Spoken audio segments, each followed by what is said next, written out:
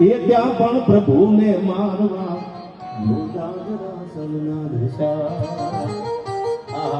ચાંદીની હજી તો નબરિયા પડે છે, ફિલ્મ આખું બાકી છે યાર. રહું છું તમારા વગર તો જિંદગી ઝેર લાગે છે, મળો છો તમે તો મોટી મહેફિલ લાગે છે.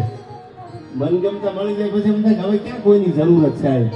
આ ચાંદીના રૂપિયાનો વરસાદ થાય છે, એકવાર તાળીઓથી વધાવી લો. જે પણ પૈસા આ આવે છે બધા સારા કામમાં વપરાવાના છે, એટલે એમને પણ ખૂબ ખૂબ અહીંથી જોરદાર તાળીઓથી વધાવજો. સરસ મજાનો સભાળ પરિવાર પિન્ટુભાઈ, આ સારો વિચાર આવો ને કળયુગમાં એ ભાગ્યશાળી ભગવાન સંતોના માતાજીના આશીર્વાદ એને રૂપલમાં આવા સારા વિચાર આવે કે આપણે સારા કામ કરવા છે, કોઈને જમાડવા છે, કોઈ માટે સારું કામ કરવું છે, કોઈની દીકરી મા બાપ વગરની હોય લગ્ન કરવા છે. આવા વિચાર તો ભાગ્યશાળી ને આવે.